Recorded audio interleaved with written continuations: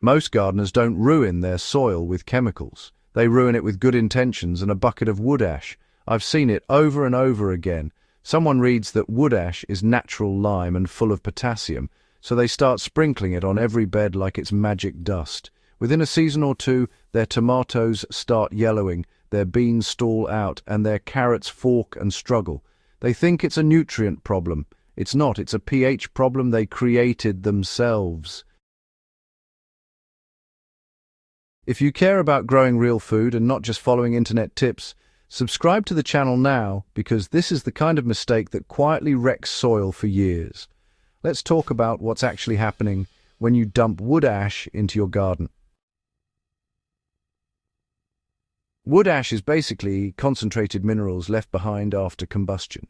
It's high in potassium and calcium carbonate, and depending on the wood source, it can contain small amounts of phosphorus and trace minerals. But here's the part most people ignore. Wood ash is highly alkaline.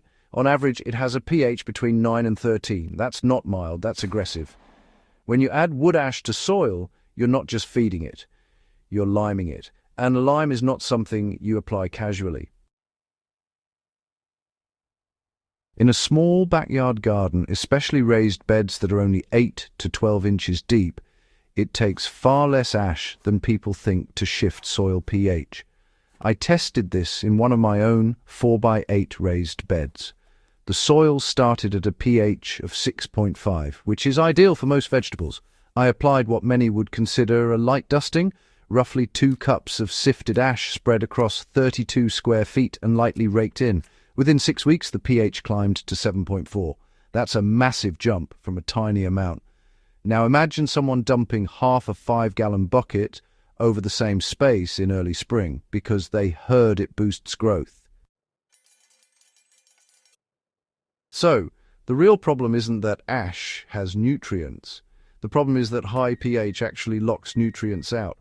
When soil creeps above about 7.2, iron availability drops sharply. Manganese becomes less available. Zinc gets harder for roots to access.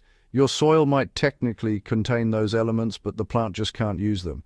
That's when you start seeing interveinal chlorosis in new growth and stunted plants that never quite recover. And I've seen gardeners chase that deficiency with more compost, more fertilizer, even foliar sprays, but none of it fixes the root issue because, honestly, the soil chemistry is off.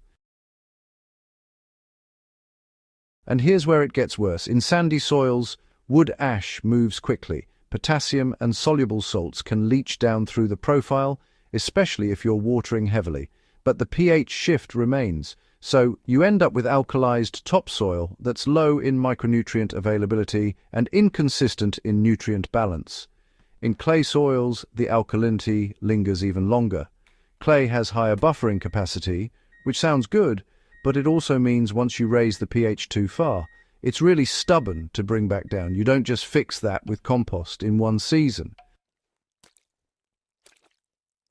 Now, let's address raised beds specifically, because this is honestly where most damage happens. Raised beds are controlled environments. That's their advantage, but they're also limited systems. If you add wood ash every winter as a routine practice, you're slowly turning that bed into an alkaline island. After 3 or 4 years of repeated applications, I've measured raised beds sitting at 7.8 to 8.2 pH. At that point, you're not growing optimal vegetables. You're growing stressed vegetables.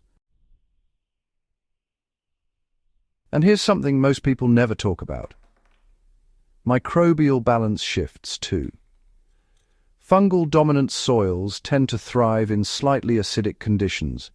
When you push pH upward, you favor bacterial dominance.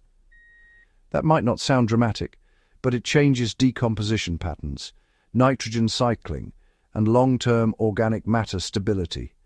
In one of my trial beds where ash was applied annually for 3 seasons, organic matter broke down faster, but crop performance actually declined. The soil looked rich but functioned poorly. So what's the right way to use wood ash, if at all? First, test your soil, not guess, not assume. Test it. If your soil is already 6.8 or above, you probably don't need ash at all. If it's 6.0 to 6.3 and you're growing brassicas, a small correction might make sense. When I do use ash, I treat it like agricultural lime, not fertilizer. For a 100 square foot area, I won't exceed 5 to 10 pounds in a year, and that's only if the soil test justifies it. In a typical 4x8 raised bed, that translates to roughly 1 to 2 pounds maximum, evenly distributed once per year, and only if the pH is below target. I never top-dress ash around actively growing plants, ever.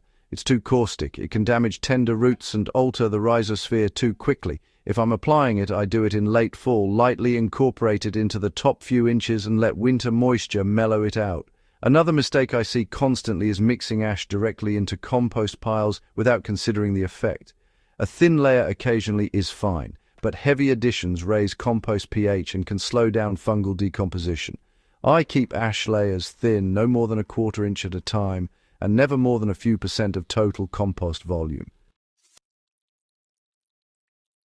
Now let's talk about hydroponics, because yes, I've tested ash there too. Short answer, don't use it. Wood ash in hydroponic systems is unpredictable. It contains soluble salts and variable mineral content depending on the wood source. In a soil system, there's buffering capacity. In hydroponics, there isn't. I ran a small trial, dissolving a measured amount of ash into water to create a potassium-rich solution. Even filtered, the EC spiked dramatically, and pH shot past 8 almost instantly. Correcting that required significant acid adjustments, and mineral balance was inconsistent batch to batch. If you want potassium in hydroponics, use a controlled source like potassium sulfate or potassium nitrate where you know the concentration. Wood ash belongs in soil systems only, and even there, it must be used with precision. There's also the heavy metal issue people gloss over. Clean, untreated hardwood ash from your own fireplace is generally safe in moderation.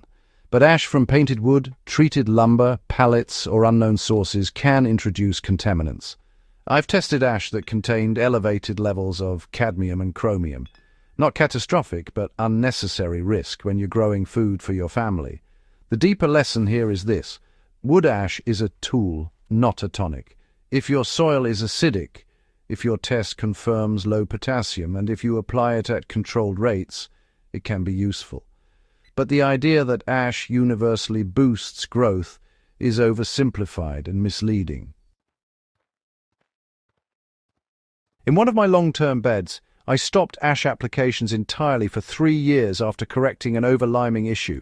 I focused on compost, leaf mold, and balanced organic inputs. The pH slowly drifted back towards 6.7. Iron deficiency symptoms disappeared. Tomato yields increased by nearly 20% compared to the previous alkaline years. Nothing fancy, just corrected chemistry. So if you've been tossing ash around every winter because it feels productive, pause. Test first. Calculate your square footage. Measure the ash by weight, not by shovel. And think in terms of pH adjustment, not nutrient supplementation. Healthy soil isn't built on random amendments. It's built on measured decisions. The gardeners who get consistent harvests year after year aren't the ones adding the most inputs. They're the ones disturbing their soil chemistry the least. If this helped you rethink how you're using wood ash, subscribe to the channel and share this with another serious grower. The goal here isn't bigger plants for one season. It's building soil that feeds your family for decades. And that only happens when we stop chasing shortcuts and start managing the system with intention.